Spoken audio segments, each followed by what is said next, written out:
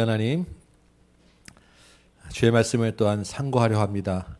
정말로 그런가 우리가 살펴보려 합니다. 성령께서 지혜를 주셔서 깨닫게 하시고 우리 눈을 열어서 보게 하여 주옵시고 성령의 그 신비한 역사, 하나님의 뜻이 이루어가는 과정들을 우리가 알게 하여 주옵소서. 그리하여 그 성령의 충만함을 따라 우리도 지금 이 시대에 이 땅에서 성령께서 행하시는 그 이야기를 써내려가는 믿음의 길 가도록 도와주옵소서. 피곤하고 또한 지쳐 있는 가운데서도 육신의 새 힘을 주셔서 잘 알아듣도록 도와주옵소서. 예수님의 이름으로 기도합니다. 아멘. 예. 우리 처음이니까 다시 요 그림 한번 잠깐 볼까요? 예, 우리 신약은 처음 예수님에 대한 복음서로 시작해서 그 다음에 신약의 중심을 이루는 건 사도행전이었습니다. 그렇죠? 그래서 우리가 사도행전을 1장부터 지금 18장까지 읽은 거예요. 예, 우리가 한 2주 넘게 있는 시간 동안에 여러분 잘 읽으셨지요? 네. 그래도 읽으신 줄로 믿습니다. 네. 근데 사도행전을 읽다 보면 이 사도행전이 기록된 그 중간중간에 바울이 보낸 편지들이 있고 바울 외에 다른 또 주의 일꾼들이 보낸 편지들이 신약을 이루고 있습니다. 그래서 우리가 사도행전을 읽어가면서 이 중간중간에 이 편지들을 같이 지금 보려고 합니다. 그래서 이번 시간에 그 첫 번째 그 편지인 데살로니가 전후서를 같이 나눌 거예요. 이 편지를 보고 난 다음에 마지막 요한계시록의 신약이 마치게 됩니다.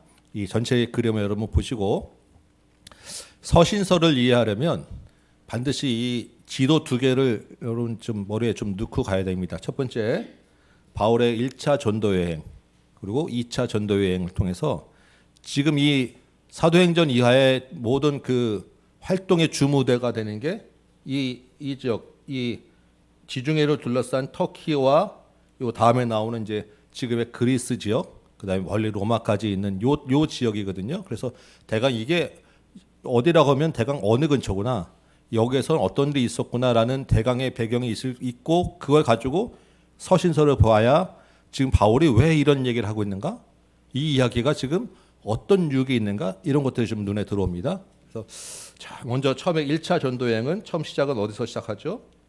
안디옥. 이 안디옥이라는 교회가 굉장히 중요한 도시입니다.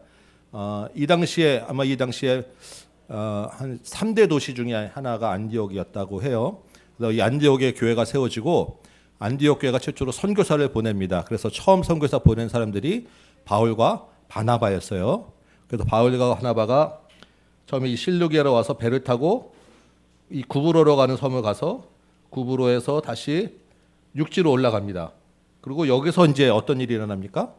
바울과 바나바가 마가라고 하는 바나바의 조카를 데리고 수행원으로 갔는데 마가가 선교 중간에 더 이상 못하겠다라고 이제 돌아가는 일이 있고 바울과 바나바가 계속해서 선교 여행을 가는 거예요. 육지로. 안디옥, 이 비시디아, 여기는 이제 지역, 이 큰 도라고 보시면 됩니다. 비시디아 도에 있는 안디옥에 갔다가 다시 이고니온 갔다가 루스드라 갔다가 더베까지 갔다가 다시 왔던 길을 돌아서 가서 배 타고 안디옥까지 가는, 그리고 안디옥에서 예루살렘으로 가서 선교에 대한 보고를 하고 이방인의 문제, 이방인이 구원받는 문제에 대한 예루살렘 공의회를 하고 음행과 목매어 죽인 것과 피를 멀리하라라고 하는 이방인에 대한 문제를 해결하면서 1차 전도 여행이 끝나는 거예요. 이게 이제 사도행전 15장까지 이야기입니다. 그리고 이제 얼마 지나서 다시 바울과 바나바가 1차로 갔던 데들이, 교회 세웠던 데들이 잘 있나 한번 돌아보러 갑시다. 그래서 2차 전도 여행이 시작되는데, 2차 전도 여행 시작되는 게 이제 사도행전 15장에서 16장 이야기인데, 처음 시작할 때 바울과 바나바가 출발하면서 마가를 데려가냐 문제 가지고 둘이 싸웠단 말이죠. 그래서 마가는 결국 바울은 안 돼. 그래가지고 바울은 실라라고 하는 사람과 같이 여행을 가고 바나바와 마가가 따로 헤어져서 여행을 이제 선교지를 두 군데로 가는 거예요. 우리는 지금 바울과 실라가 간 여행을 따라가도록 합니다. 그래서 역시 이 안디옥에서 출발해서 1차 때 갔던 길이잖아요. 바나바와 마가는 다시 섬으로 가고 이 사람들은 육지로 이제 가서 더베, 루스드라 이런 데를 돌아보는데, 사도행전 이제 16장을 여러분 한번 펴시기 바래요. 우리 성경을 보면서 같이 봅시다. 사도행전 16장 보면 더베 루스드라까지 가고 1차 때 돌았던 데 봤는데 16장 6절 보니까 그러면 이 루스드라에서 바울 일행이 어디로 가고자 하냐면 아시아로 가고자 한다고 나와 있습니다. 그렇죠? 아시아는 요 지역이에요. 여기 뭐 어디냐면 에베소가 있습니다. 에베소. 요 지역으로 계속 그냥 쭉 가고 싶었던 거예요. 그런데 성령께서 일로 가는 걸 막으셨어요. 그래서 어디로 가냐면 부르기아와 갈라디아로 갔다고 지금 되어 있습니다. 그렇죠? 위로 올라간 거예요.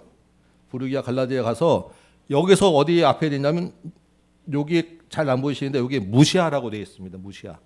여기가 아시아, 무시아. 부르기아 다음에 가면 이게 무시아란 말이에요. 여기서 이 사도 바울 일행은 비두니아로 가고자 힘썼어요. 비두니아는 위로 올라가는 거예요. 왜냐하면 여기 가면 그 끝이니까 바울 생각에는 이쪽으로 가고 싶었다라는 거죠. 이 땅, 이 터키 땅에서 벗어나오지 않고 싶었던 거예요. 위아래로 가고 싶었는데 성령께서 여기도 막으시고 여기도 막으셔서 어쩔 수 없이 계속 가다 보니까 무시아를 지나서 드로아라고 하는 이 항구 끝에까지 이르는 거예요. 사도 바울 일행이. 여기서 바울이 이제 기도하죠. 더 이상 갈 데가 없어요. 이제는 이 바다를 건너가야 되는 일밖에 없기 때문에 어떻게 하냐라고 밤에 기도하는데 환상 중에 마게도니아, 여기가 마게도니아입니다. 여기 그리스 땅쯤 끝인데 마게도니아 사람들이 어서 오세요 손짓하는 환상을 보고 바울이 결심하고 마게도니아로 건너가서 갔더니 네아폴리를 지나서 첫 번째 사역지 빌립보에 이르러가지고 빌립보에서 옥에 갇혀서 찬송하는데 옥문이 열려서 간수를 구원하고 자주고책 옷간 장사를 하는 누구죠? 루디아를 이제 만나서 빌립보의 첫 번째 교회가 세워집니다. 그리고 이제 힘을 받아서 계속 갔던 게 암비볼리에 갔다가 아볼로니에 갔다가 데살로니가에 이르렀다라는 게 17장이에요. 17장 1절에서 이제 그 이야기들이 있는 것입니다. 자, 이 데살로니가에 가서 바울이 새 2일 동안 유대인 회당에 머물면서 복음을 전했다라고 합니다. 이 데살로니가라고 하는 도시가 어디냐면 이 지역이 마게도니아 도라고 그랬잖아요. 이 마게도니아 도의 수도 역할을 하는 도시입니다. 데살로니가가. 그리고 데살로니가는 신도시였어요. 막 이제 세워져서 그 계획 도시로 우리 뭐 분당이라는 걸 세운 것처럼 새로 신도시로 세워서 수도로 삼고 이 항구거든요. 그래서 무역으로 이제 번창한 도시고 그래서 아주 좀 막 부흥하고 있는 그런 도시였는데 이 도시에 특별히 유대인들이 이미 벌써 여기서부터 여기까지 많이 이주해서 살고 있었던 거예요. 그래서 유대인에서 바울이 그 유대인 회당에 들어가서 복음을 전할 정도로 이미 유대인들이 많이 자리 잡고 있는 도시였어요. 근데 바울이 여기에 가서 복음을 전하니까 이 사람들 중에 이 데살로니가에 있는 사람들 중에 17장 4절에 보면 경건한 헬라인이라고 나옵니다. 경건한 헬라인 누구냐면 이 헬라 사람인데 유럽 사람인데 경건해요. 이 말은 뭐냐면 유대인들이 많이 와 있었잖아요. 그러니까 기독교 말고 예수님을 말고 유대교 구약을 믿는 하나님을 믿는 사람들의 영향을 많이 받아서 저 사람들 보니까 착하게 사네. 왜 율법을 열심히 지키잖아요. 그 유대인들에 대한 호감이 있어서 유대교 괜찮네라고 생각했던 사람들이 꽤 있었다라는 거예요. 그 중에는 그 헬라 귀부인들도 이 사람들의 그 귀부인들도 유대인의 유대교에 대해서 굉장히 호감을 가지고 있었는데 바울이 가서 거기서 복음을 전하니까 그 사람들이 대거 예수님을 믿고 받아들였다는 것입니다. 3주 동안 있으면서 복음을 전했는데 원래 이제 하나님에 대해서 마음이 좀 열리는 사람들이니까 거기에 대해서 하나님의 아들 예수 그리스도가 복음으로 이 땅에 오셨다라는 얘기를 하니까 복음을 쑥쑥 받아들여 가지고 이 경건한 헬라 귀부인들이 예수님을 많이 믿게 되어서 데살로니가에 교회가 세워지고 막 부흥하고 있었는데 문제는 유대인들이 많이 있었다 그랬잖아요. 거기에 이 유대인들이 보니까 거기서도 이 기독교를 탄압하는 예수님을 탄압하는 거예요. 이 사람들이. 왜냐하면 자기들은 하나님만 믿어야 되고 예수는 메시아가 아닌데 아니 자꾸 예수는 메시아라고 하는 사람들이 와서 자기들 이제 그 전도를 하니까 그래서 이 17장에 보면 이 유대인들이 분량별을 고용해가지고 바울 일행을 막 잡아들여서 이제 죽이려고 하고 이제 돌로 치려고 하니까 바울 일행이 급하게 안 되겠다. 그래서 바울 일행들이 바울 선생님 당신만 먼저 빨리 빠져나가세요. 그래서 바울이 먼저 혼자 그 데살로니가 나와서 그 다음에 내가 베레아라고 하는 곳에 가니까 이 베레아 사람들은 양반이어가지고 복음을 전할 때마다 그 말이 진짜인가 하고 가서 생각하고 복음을 받아들였는데 이 데살로니가 사람들이 베레아까지 쫓아와가지고 바울을 잡으려고 하니까 바울이 급하게 안 되겠다. 그래서 또 같이 내려간 게 아테네에 가서 그 철학 도시에 가서 혼자 복음을 전하다가 열심히 깊은 설교를 했지만 받아들이지 않는 그런 어려움을 가지고 다시 고린도까지 가서 고린도에서 1년 6개월을 머물렀는데 이 고린도에서 1년 6개월 동안 머무는 동안에 첫 번째 쓴 편지가 바로 데살로니가 전서예요. 이게 AD 한 50년에서 52년 정도 그 사이에 쓴 걸로 추정이 되는데 그렇다고 하면 신약 성경이 마태나 마가가 누가 먼저 쓰였는지 조금 뭐 불분명하지만 대강 우리가 추측컨대는 복음서가 쓰여지기 전보다 아마 이게 더 먼저 쓰여졌다고 생각이 돼요. 그러니까 어떻게 보면 신약에서 실제 글로 쓰여진 거는 최초의 성경일 수 있어요. 데살로니가 전서가. 데살로니가 교회에 바울이 왜 편지를 보냈겠습니까? 자기가 지금 급하게 내려왔지만 여기 3주 동안 복음 전한 초신자들이 있는 새로 생긴 교회가 걱정이 되는 거예요. 그래서 데살로니가 전서에 편지를 첫 번째 편지 보내고 이어서 편지를 하나 더 보내는 게 데살로니가 후서. 전서와 후서는 얼마 길지 않은 기간 동안에 연달아 보낸 편지로 되어 있습니다. 이 편지를 누가 들고 갔냐면 디모데가 들고 갔어요. 디모데는 바울이 2차 전도 여행 때 여기서 만난 바울의 정말 사랑하는 아들 같은 그런 동역자인데 바울이 지금 여기서 데살로니가에서 혼자 쭉 내려왔잖아요. 먼저 내려온 다음에 일행이 디모데가 있었고 실라가 있었단 말이죠. 그래서 뒤에 일행들이 이제 뒤쫓아서 바울을 따라 내려오는데 바울이 이 아덴에 있을 때 아마 디모데가 여기서 먼저 만났던 것 같아요. 근데 만나자마자 바울이 디모데한테 너 좀 힘들지만 이 데살로니가에 한번 가봐야 되겠다. 아무래도 내가 거기가 미덥지가 않아. 그래서 여기서 이 디모데를 다시 데살로니가로 보내고 자기는 고린도로 가는 거예요. 그리고 디모데가 이 데살로니가에 가서 살펴본 다음에 고린도에 와서 바울한테 보고를 합니다. 가보니까 선생님 그 사람들이 아직 초신자지만 굉장히 지금 잘 신앙생활 잘하고 있어요 라는 보고를 했어요. 그 보고를 받고 바울이 고린도에서 참 감사하다 너무나도 기특하다라고 해서 데살로니가의 편지를 첫 번째 보낸 편지가 이 데살로니가 전서예요. 이해되십니까? 그러면 이 데살로니가 전서에는 어떤 내용이 담겼을까요? 이게 이제 제가 설명드린 개요고요. 데살로니가는 이런 도시고 바울이 3주 동안 머물면서 개척하고 최초의 서신서고 디모데를 통해서 고린도서 보냈다라고 할 때 이 데살로니가 전서는 내용이 아주 간단해요. 그래서 초신자 일단 3주 동안밖에 복음을 전하지 못한 여러분 3주 동안 성경부 바울 정말 24시간 정말 잠 안 자고 해도 초신자한테 구약 창세기부터 그 구약 끝에 말라기까지 다 전하기도 어렵고 거기에 대해서 복음서도 없는데 그저 예수님에 대한 이야기 하기도 굉장히 어려워요. 아주 간단하게 집중적으로 했을 텐데 그 사람들도 먹고 사는 생업이 있을 테니까 그 이야기를 가지고 이 사람들이 먹고 잘 신앙생활을 하고 있으니까 바울이 막 돌에 맞아 죽을 정도로 박해가 있었으니까 바울이 떠났어도 여전히 그 사람들에게도 박해가 있는 거거든요. 근데 신앙생활 잘하고 있다고 하니까 너희들 신앙생활 잘하고 있는 게 너무나 감사하다. 정말 수고가 많다라고 하는 감사 인사를 하고 초신자니까 잘한다 하는 격려 인사를 하는 게 이 앞부분에 1장부터 3장까지 데살로니가의 내용이에요. 그러고 나서 어떤 이야기 하냐면 그래도 이제 잘 살고 있지만 너희가 이제 신앙생활 하면 구별돼서 거룩하게 살아야 돼라고 하는 거룩한 삶에 대한 이야기 권면을 좀 해야 되지 않겠습니까? 이렇게 살아야 돼라고 하고 또 한 가지는 디모데가 이제 데살로니가에 가서 교인들하고 얘기하면서 이 사람들에 대한 질문을 받아 갖고 와요. 그 질문이 뭐냐면 죽은 자들은 어떻게 됩니까? 라고 하는 질문이에요. 아마도 이 데살로니가 교인들 중에 이제 장례를 치르는 일이 있었던 것 같아요. 이제 성도들이 죽으면 그래서 3주 동안 다 이제 밖에 전을 가리치지 못했으니까 실제적으로 우리가 죽은 뒤에 성도들은 죽은 뒤에 어떻게 되느냐? 잘 모르는 거예요. 그래서 바울이 죽은 뒤에 끝이 아니라 예수님이 다시 오시면 우리가 다시 만나게 돼라고 하는 이 죽음 뒤에 대한 이야기를, 예수님의 재림에 대한 이야기를 적어서 보냈단 말이에요, 편지를. 그게 이제 이 데살로니가 전서의 내용이거든요.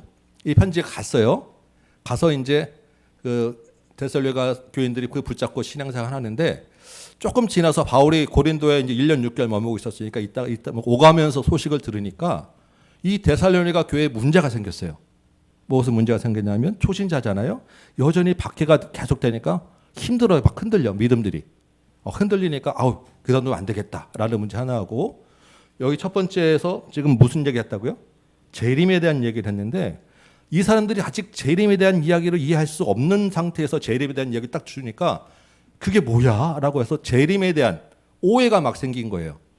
그래서 그 재림에 대한 오해가 생기니까 어떤 일이 일어나냐면, 예수님이 벌써 재림이 이루어졌어, 벌써 일어났네? 그러면 우리는 뭐 더 이상 일할 필요도 없네? 뭐 그냥 이제 뭐 천국 갈 텐데? 뭐 이런 식으로. 그래서 일을 안 하고 무질서하고 게으른 사람들이 생겨나게 된 거예요. 그래서 데살로니가 후서에서는 이 박해받는 성도들에 대한 격려와 재림에 대해서, 아니야, 니들 생각하는 그런 재림이 아니야, 재림 때는 이런 일이 있을 거야 라고 하는 설명을 다시 해주고, 그리고 너희가 지금 그렇게 무질서하게 게으르게 살면 안 돼 라고 하는 이야기를 하는 게 데살로니가 전서와 후서입니다. 구조도 간단하고 초신자 처음 생겨진 교회한테 보낸 편지이기 때문에 그 내용도 교리가 아주 깊거나 복잡하지 않아요. 근데 이 내용 덕분에 우리는 재림이 이런 거구나, 말씀에 이런 일이 있구나 라는 것에 대한 우리가 가르침을 얻게 되는 그런 이제 편지가 데살로니가 전서와 후서입니다. 그래서 여러분들이 이제 쭉 읽으시면 아주 쉬워요. 그리고 내용도 구조도 간단하고, 이런 그 배경 지식에서 보면 이게 왜 이런 얘기 하는구나라는 것도 이해될 수 있고, 여러분들은 이미 3주가 아니라 지금 작게도 몇 년에서 수십 년 동안 성경을 신학까지 다 줄줄 외신 분이잖아요. 그러니까 거기에 대한 깊이를 가지고 초신자한테 보낸 편지를 이해 못한다면 문제가 있죠. 맞죠? 네. 한 장 한 장이 굉장히 짧아요. 데살로니가 전후서 합치면 한 8장, 9장 뭐 정도 됐지만 한 장의 분량이 맞지 안 되기 때문에 이번 주 일주일 동안 이거 제가 보기엔 뭐 맘만 먹으시면 하루에도 데살로니가 전후서 다 했는데 한 15분에서 20분이면 됩니다. 여러분 좀 반복해서 읽으시기 바랍니다. 이 편지에 바울이 어떤 마음이 들어있겠어요? 지금 바울이 첫 번째로 보낸 편지고, 어떻게 보면 가장 애정이 있는 교회에 지금 보낸 편지잖아요. 그러면 이 편지 안에는 그 바울의 그 목자로서의 그 애틋한 마음이 듬뿍 들어 있어요. 바울이 성도를 사랑하는, 그래서 이 표현대로 내가 너희를 위하여 막 목숨까지도 버릴 수 있어, 뭐 이런 얘기도 들어있고, 지금 바울과 이 사람들은 인생에서 딱 3주만 봤을 뿐입니다. 그런데 그 바울이 지금 그 사람들한테 대한, 이 바울이 그 성도들이 그 데살로니가 성도가 세워지는 것에 대한 엄청난 기쁨도 경험하고 엄청난 감사도 경험하고, 그래서 너희를 위해서 내가 뭐든지 다 할 수 있어, 뭐 이런 얘기까지 할 수 있는 그런 사랑의 표현이에요. 여기 보면서 다시 이게 보면서 저는 여러분들과 벌써 짧게는 1년부터 5년, 10년씩 이렇게 같이 이 한 교회에서 목회자와 성도를 만났잖아요. 이건 제가 여러분들 위해서 목숨까지 버릴 수 있을까? 뭐 이런 마음도 막 들기도 하고. 근데 같이 생각되는 거는 목자로서의 마음이 막 제가 너무나 공감이 됐어요. 여러분 그 목자가 리더가 제일 기쁜 건 뭐냐면 성도들이 말씀으로 세워져 가는 것을 보는 거예요. 제가 청년부 때, 대학생 때 청년부 때 성경부 리더를 했었거든요. 그때 20대 한 초중반 중후반 사이에 저보다 많아야 한두 살 밑에 있는 후배들 내려놓고 이제 성경 공부를 하고 리더, 성경 팀 리더라고 제가 했는데, 제가 그때 알면 얼마나 알았습니다. 인생을 살면 얼마나 살았겠어요.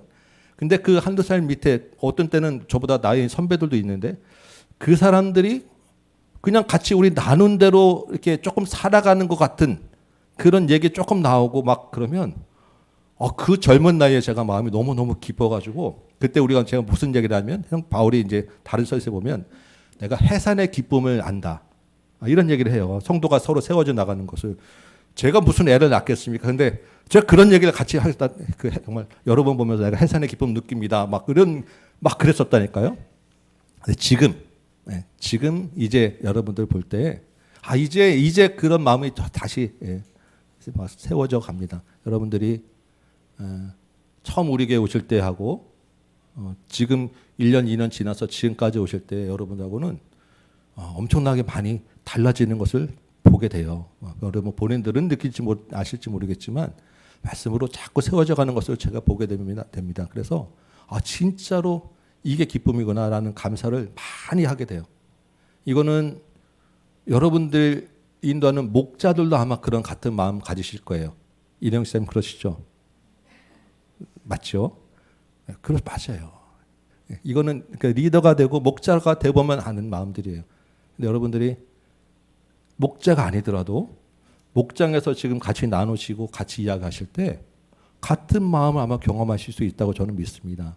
그래서 목장에서 보시면서 서로가 이렇게 달라지고 이렇게 지어져 가는구나라는 것을 보시면서 그 마음도 좀 품으시기 바라고, 정말 바라고 소망하기는 좀 더 우리가 조금 이렇게 부응해가지고 여러분들이 다 리더로 목자로 세우셨으면 좋겠어요. 이거는 목자가 받는 그 마음이, 이 마음이 바울의 마음이고 그냥 사람의 마음이 아니라 사실은 우리 주님의 마음이에요. 예수님이 우리가 이렇게 세워져 가는 것을 보는 그 마음입니다. 주님이 가지시는 그 해산의 기쁨을 우리 같이 나눴으면 좋겠고요. 이 데살로니가 전후서를 읽으시면서 그 바울의 마음을 좀 여러분들 읽으시고 거기에 대한 소망도 같이 품으셨으면 좋겠다. 제 마음에 품습니다. 네, 우리 본문 한번 좀 볼까요? 데살로니가 전서부터 같이 한번 보겠습니다. 간단해서 그냥 조금씩 읽어가면서 제가 조금씩만 설명을 하고 빨리 그 진도를 나가도록 할게요.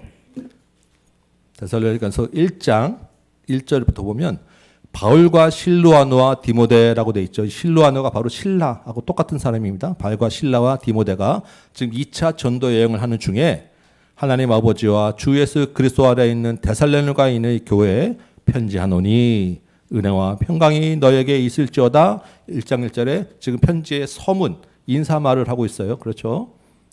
바울의 이 인사말은 거의 모든 편지마다 다 거의 비슷합니다. 근데 보통 그냥 의례껏 하는 인사말로 여러분 생각하지 마시고 바울은 이 말 한마디 단어 하나를 쓰기 위하여 많은 고민 중에 은혜와 평강이라고 하는 말들을 썼다라는 것을 여러분 생각하세요. 교회에게 필요한 이야기, 하나님의 마음으로 은혜와 평강이 있을지어다 축복하고 있다 생각하시고, 여러분들도 목장에서나 기도하실 때, 다른 사람 위해 기도할 때 하나님의 은혜가 그 가정에 넘치길 소망합니다. 하나님의 평강이 그 가정에게, 그 사람에게 넘치게 해 주옵소서. 여러분 기도하시기 바라요. 자, 2절 보니까요. 우리가 누구겠어요? 바울과 실라와 디모데 너희 모두로 말미암아 데살로니가 교인으로 말미암아 항상 하나님께 감사하며 기도하고 있습니다. 기도하면서 여러분들을 기억하고 있습니다라고 인사하는 거예요. 왜 그렇습니까? 여러분들의 믿음의 역사와 사랑의 수고와 우리 주 예수 그리스도에 대한 소망의 인내를 끊임없이 우리가 기억하고 있습니다. 지금 3주 동안밖에 안 가르쳐주고 바울이 먼저 나왔음에도 불구하고 박해를 받고 있음에도 불구하고 신앙생활 잘하고 있음에 대하여 너무나도 감사하고 기도합니다라고 하는 인사를 하는 거예요. 6절 보니까 또 너희는 많은 환난 가운데서 성령의 기쁨으로 말씀을 받아서 우리와 주를 본받은 자가 되었으니 그러므로 너희가 마게도니아와 아가야에 있는 모든 믿는 자의 본이 되었노라. 마게도니아가 아까 그 데살로니가가 속해 있는 지역을 마게도니아라고 했죠. 아가야는 어디겠어요? 조금 밑에 있는 아테네와 고린도가 있는 지역이 아가야입니다. 그 지역 전체에 이미 데살로니가 교회에 대한 소문이 쫙 퍼졌다라고 하는 거예요. 8절에 그 이야기겠죠. 하나님을 향하는 너희 믿음의 소문이 각처에 퍼졌으므로 그들이 우리에 대하여 스스로 말하기를 우리가 어떻게 너희 가운데 들어갔는지와 너희가 어떻게 우상을 버리고 하나님께로 돌아와서 살아계시고 참되신 하나님을 섬기는 자와 죽은 자 가운데 다시 살리신 그의 아들이 하늘로부터 강림하실 것을 너희가 어떻게 기다린지를 말하니 이는 장래에 노하심에서 우리를 건지시는 예수시니라. 이렇게 인사말로 먼저 감사와 격려를 하면서 2장에서는 형제들아 너희 가운데 우리가 너희 가운데 들어간 것이 헛되지 않은 줄 너희가 친히 아나니. 지금 바울이 염려는 뭐예요? 3주 동안 수고한 것이 헛될까 봐 지금 염려하고 있는 거예요. 바울 교회가 무너질까 봐. 그런데 잘 세워지고 있다는 거죠. 그러면 이제 어떤 이야기를 해야 되냐면 바울이 지금 그 교회에 떠나온 다음에 못 가고 있잖아요, 지금.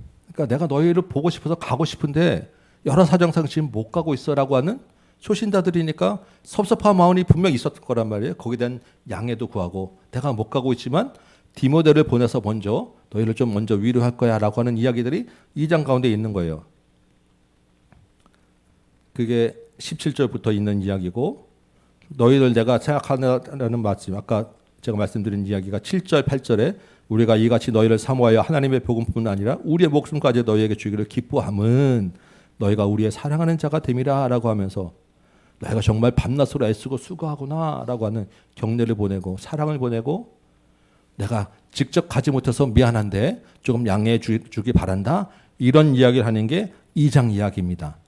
그리고 이제 3장 1절에 보니까 이러므로 우리가 참다 못하여 우리는 아덴에 머물러 있지만 우리 형제 곧 그리스도의 복음 전하는 하나님의 일꾼 디모데를 보내노니 이게 지금 편지 쓰기 전에 아까 제가 말씀드렸죠.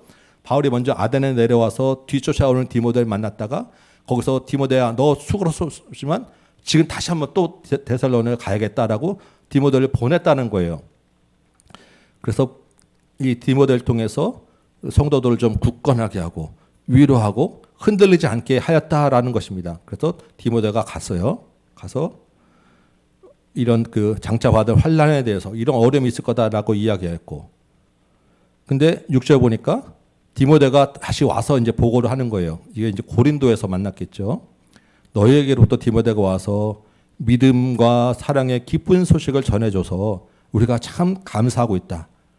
그리고 너희를 다시 정말 보고 싶다. 이런 얘기를 하고, 이러므로 형제들아 우리가 모든 궁핍과 환난 가운데서 너희 믿음으로 말미암아 너에게 위로를 받았다라는 그런 이야기를 하고 10절에 주야로 심히 간구하면 너희 얼굴을 보고 너희 믿음이 부족한 것을 보충하고 싶다 이런 얘기를 하고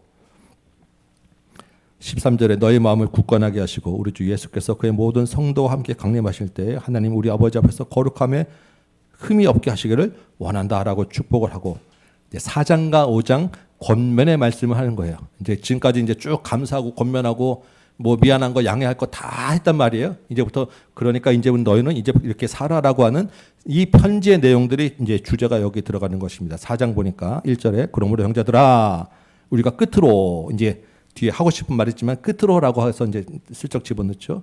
주 예수 안에서 너희에게 구하고 권면하노니 너희가 마땅히 어떻게 행하며 하나님을 기쁘시게 할 수 있는지를 우리에게 배웠으니 너희가 행하는 바라 더욱 많이 힘쓰라. 하나님을 기쁘시게 하는 자는 이렇게 사는 거야. 거룩한 삶을 사는 자는 이렇게 사는 거야. 2절 우리가 주 예수로 말미암아 너희에게 무슨 명령으로 준 것을 너희가 아느니라. 하나님의 뜻은 이것이니 너희의 거룩함이라. 하나님은 너희가 거룩하길 원해. 그러니까 음란을 버리고 이방인들의 대표적인 문화였단 말이죠. 음란을 버리고 각각 거룩함과 존귀함으로 자기 아내에 대할 줄을 알고 하나님의 모르는 이방인과 같이 세격을 따르지 말고 이게 자유무역 도시에 항구 도시에 얼마나 그런 문화가 많았겠습니까? 헬라인들 유럽 문화가 그런 문화 가운데서 특별히 그 중에서 너희가 그리스도인이라고 구별하는 것은 이런 음란 문화를 따르지 않는 거야 라고 거룩한 삶에 대한 이야기를 하고요.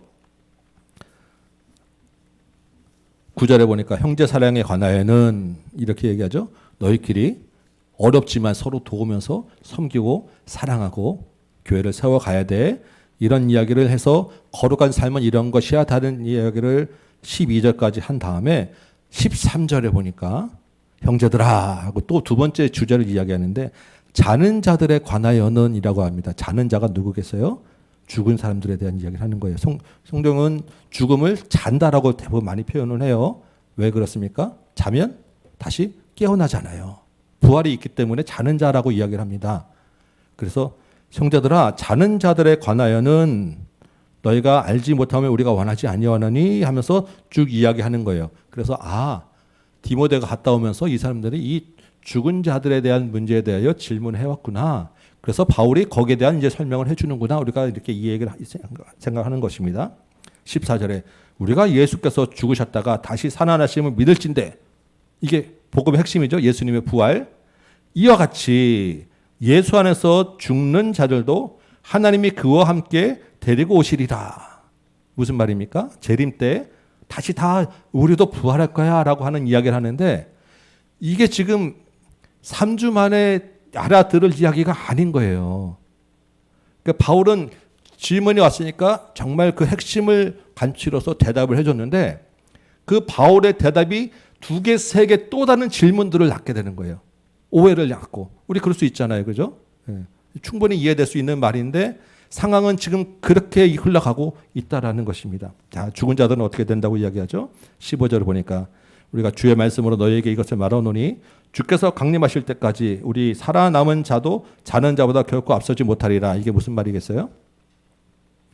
주님이 다시 재림하시면 재림하실 때 살아있는 자도 다시 주님 앞으로 가지만, 그때 주님이 오실 때 먼저 일어나는 게 누구냐면 먼저 죽어서 무덤에 있는 영혼들이 다 일어난다는 거예요.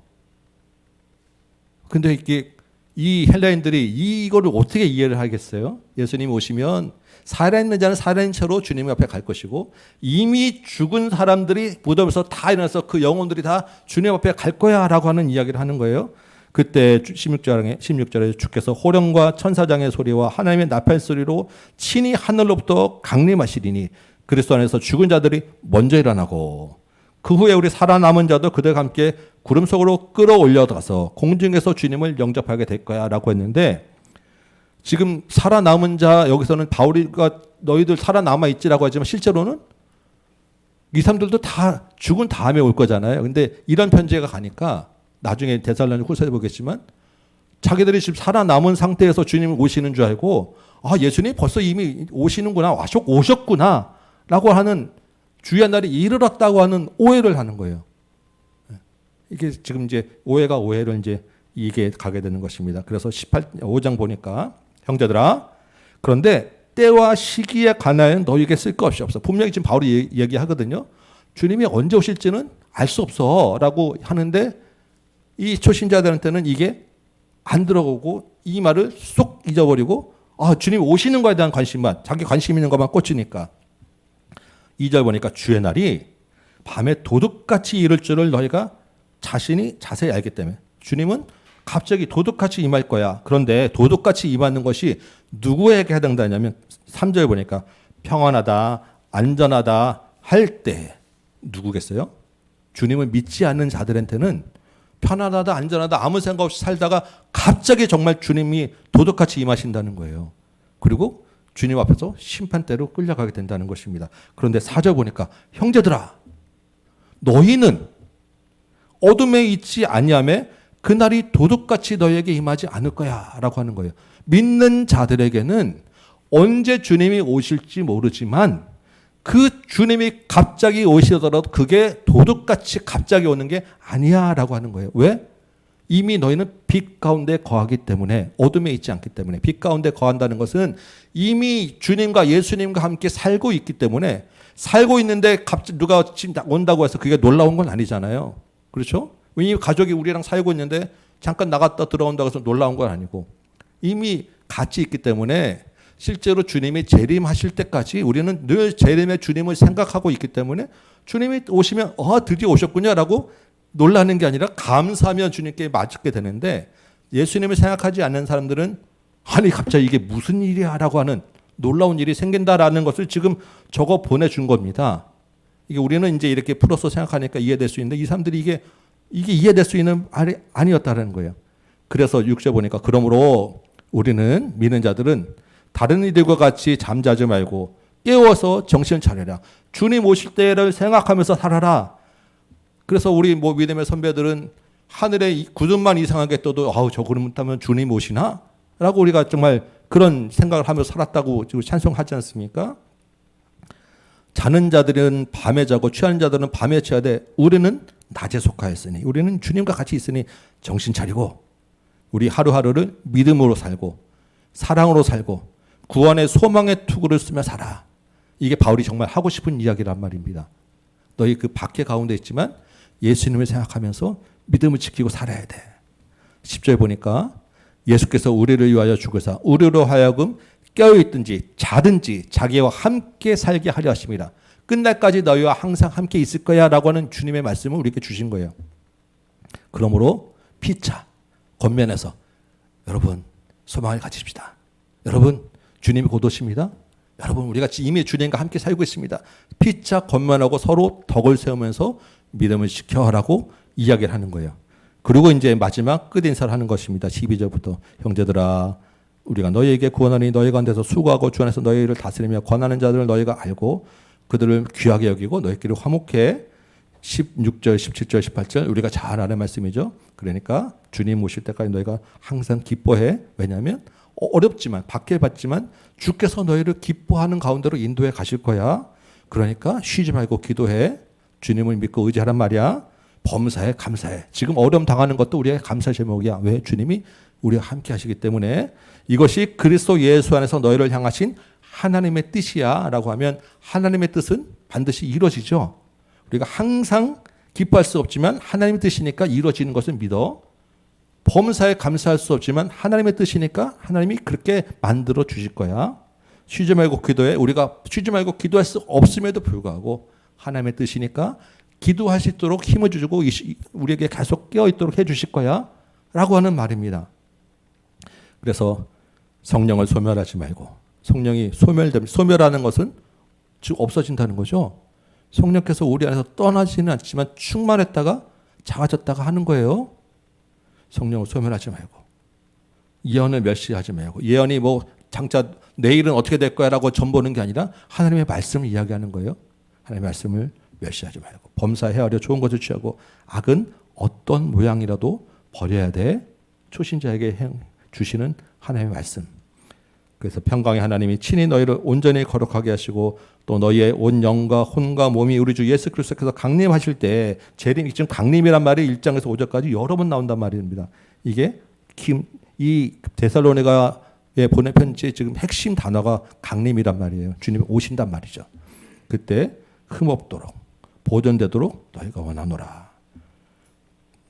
26절 보니까 거룩하게 입맞춤으로 모든 형제에게 문안하라. 내가 주를 힘입어 너희를 명하노니 모든 형제에게 이 편지를 읽어주라.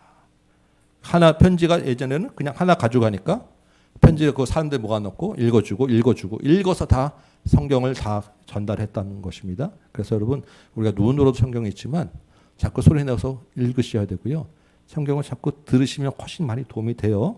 틀어놓고 들으면서 읽으시면 더 좋겠죠.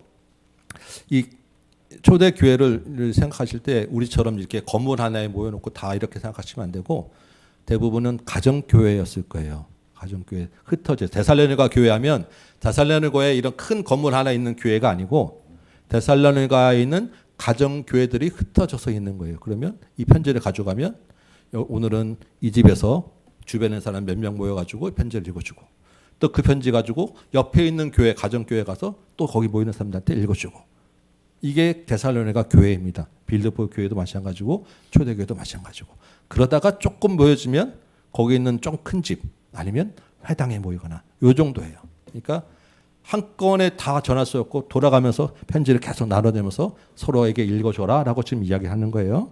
이게 데살로니가 전서 첫 번째 편지입니다. 후서를 볼까요? 쉽죠? 이해되기 아시겠죠?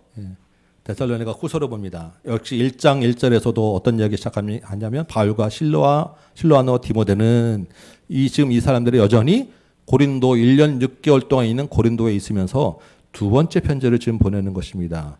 데살로니가인의 교회에 편지하노니 하나님 아버지와 주 예수 그리스도로부터 은혜와 평강이 너에게 있을지어다. 아멘.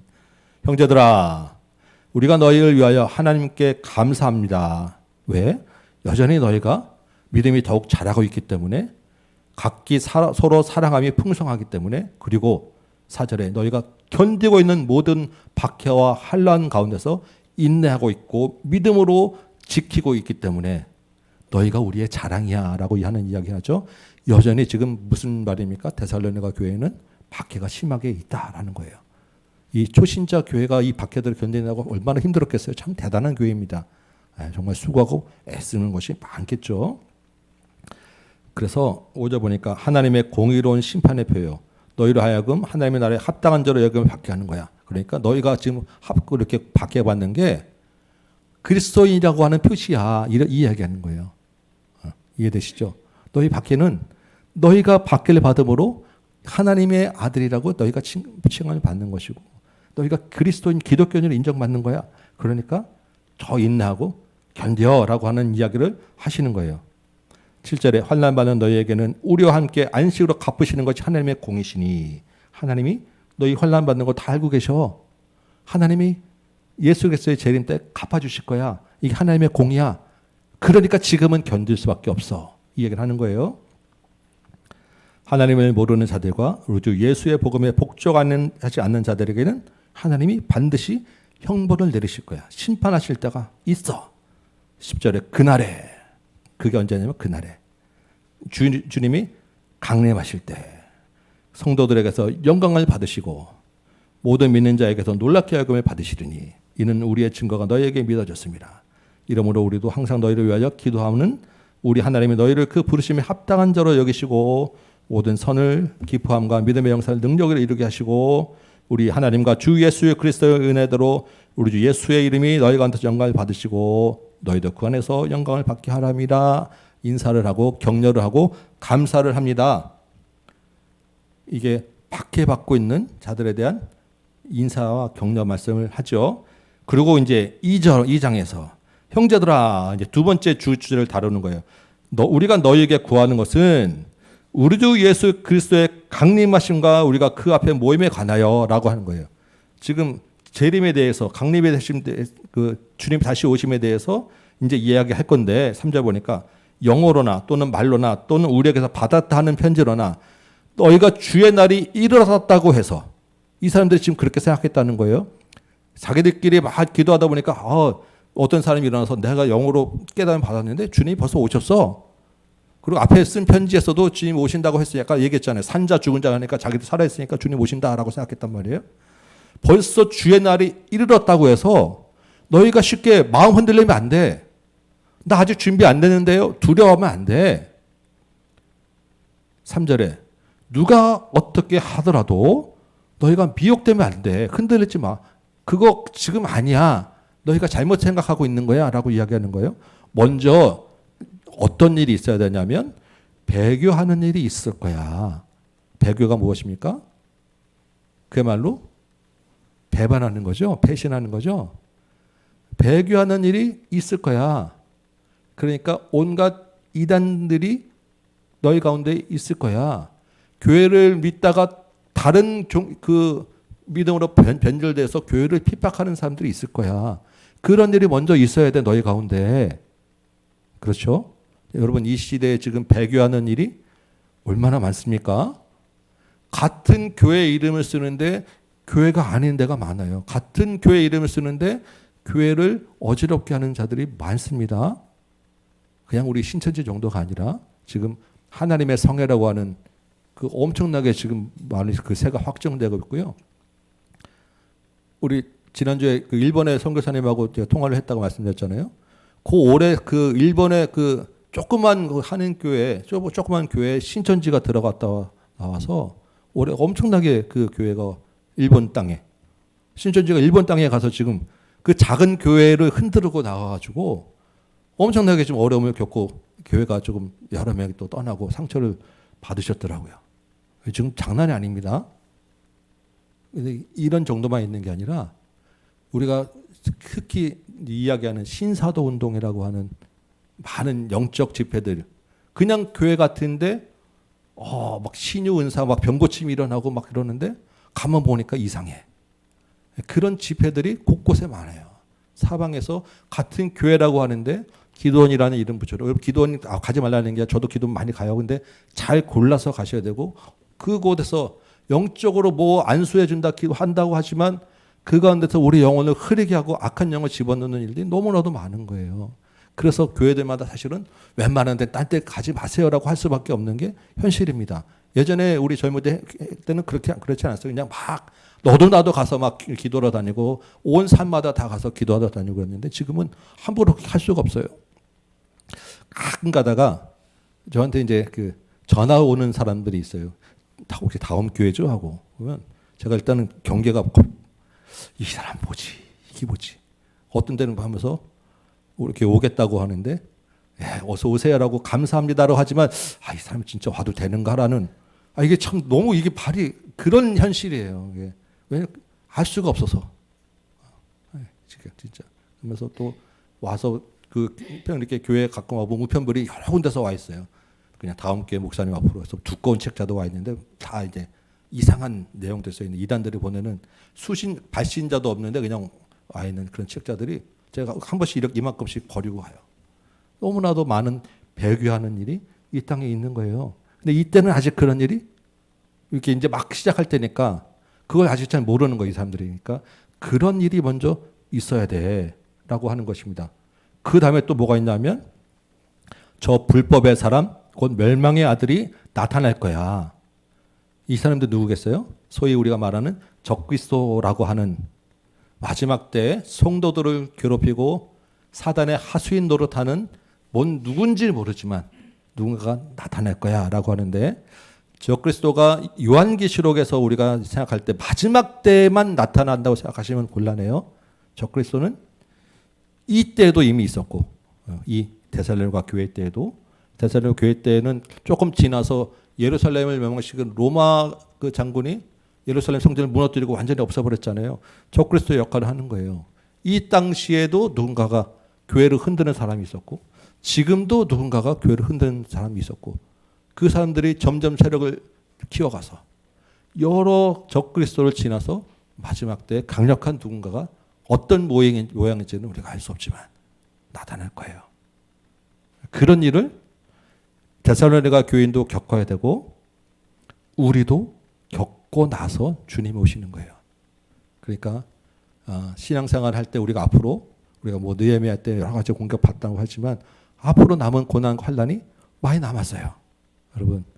근데 그것은 언제 우리가 어떻게 받을지 모르는 일들이고 분명히 성경에 어려움이 있을 거라는 이야기를 합니다. 그 어려움 겪을 때 흔들리지 말라고 이 말씀도 주시는 거예요. 그런 일들이 다 지나고 나서 주님이 오시는 거야.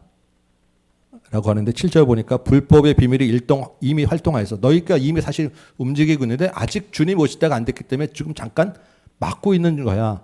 그런 일이 좀 지나갈 거야 라고 하는 이야기가 있고 악한 9절 보니까 악한 자의 나타남은 사단의 활동을 따라 모든 능력과 표적과 거짓 기적과 불의 모든 속임으로 멸망하는 자들에게 있으리니 이는 그들이 진리의 사랑을 받지 아니하여 구원함을 받지 못함이라. 그들은 구원받을 수 없는데 자기들만 구원받지 못하는 게 아니라 성도들을 끌어내서 같이 구원받지 못하게 하는 것이 그들의 목표야.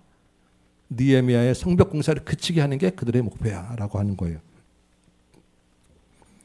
13절에 그러니까 주께서 사랑하시는 형제들아 우리가 항상 너희에 관하여 마땅히 하나님께 감사할 것은 하나님이 처음부터 너희를 택하셔서 성령의 거룩하게 하심 진리를 믿음으로 구원을 받게 하실 것이니까 15절에 형제들아 굳건히 서서 말로나 너희끼리도 서로 위로하고 우리가 보내는 편지에 가르침 받은 대로 그 그리스도의 복음의 전통을 지켜서 행해 거룩한 삶을 살아내라고 이야기를 하는 것입니다. 그러면서 3절에 이제 마지막 인사를 하죠.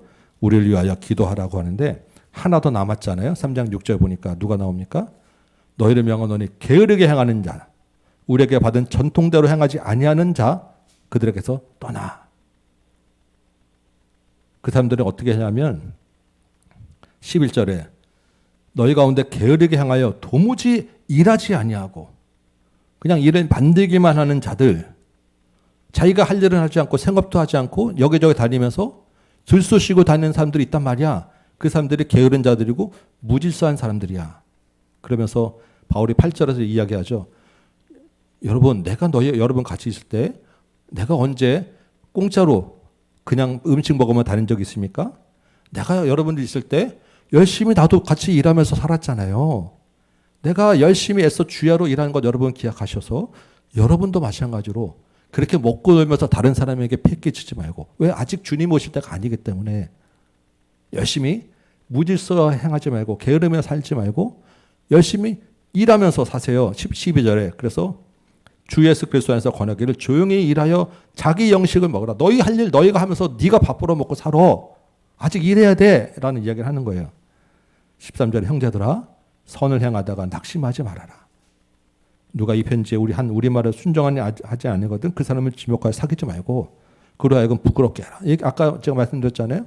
그 사람들과 관계하면서 따라가지 말고 섞이지 말라는 이야기를 하는 것입니다. 17절에 나 바울은 친필로 문안하노니 바울이 직접 지금 자기가 친필로 쓰면서 이게 거짓말이에요. 내가 쓴 거야 라고 표시를 해준다는 이야기입니다. 이는 편지마다 표지로서 이렇게 쓰노라.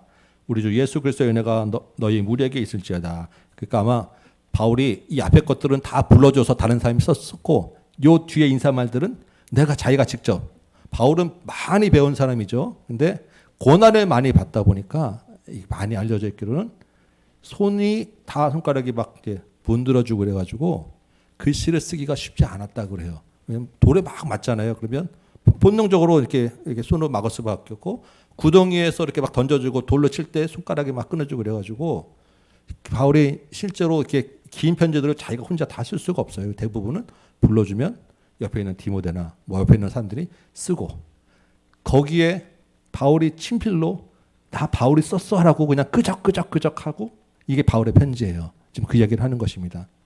그런데 이 편지를 받은 성도들은 그 지렁이 같이 흘러가는 글씨를 보면서 바울의 그 마음을 같이 받고 그 말씀을 붙잡고 교회를 세워갔다라는 이야기를 지금 우리가 보는 거예요. 이렇게 바울이 마음으로 온몸으로 성도를 사랑하면서 교회를 세우기 위해서 쓴 편지를 여러분 같이 한번 그 마음을 생각하시면서 제가 설명드린 대로 이 말들이 왜 일어났는가에 대한 것들을 생각하시면서 그럼에도 불구하고 이것이 우리에게도 지금 여전히 유효하다는 것을 생각하시면서 이번 한 주 동안에 데살로니가 전후를 통해서 큰 은혜를 받으시고 유익이 있으시기를 소망합니다. 자, 기도하겠습니다. 아버지 하나님, 주께서 주의 사랑하는 종 바울을 통하여서 우리에게 복음의 진리를 알게 하시고 주 예수께서 다시 오실 것을 알게 하시고 이 땅에서 어떻게 거룩한 자로 살아가며 교회를 세워갈 것을 알게 하시니 참으로 감사합니다. 그 주님의 마음, 양을 사랑하는 주님의 마음을 우리가 품게 하시고 그 말씀 따라서 우리도 이 땅에서 주 예수 오심을 다시 바라보며 하루하루 믿음의 삶 살아내는 우리 모든 성도들 되도록 도와주옵소서. 예수님의 이름으로 기도합나이다. 아멘.